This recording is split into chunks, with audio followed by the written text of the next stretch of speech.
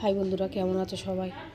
সারাদিন কাজ করতে করতে ভিডিও করার সময় পাই না, তাই কাজ করতে করতে ক্যামেরা লাগিয়ে দিয়ে একটু রেকর্ড করলাম, তাই তোমাদের সামনে প্রেস করছি। তো আমার ভিডিওটা যদি ভালো লেগে থাকে লাইক কমেন্টে শেয়ার করে দেবে, প্লিজ সাবস্ক্রাইবও করবে। বাই, সবাই ভালো থেকো।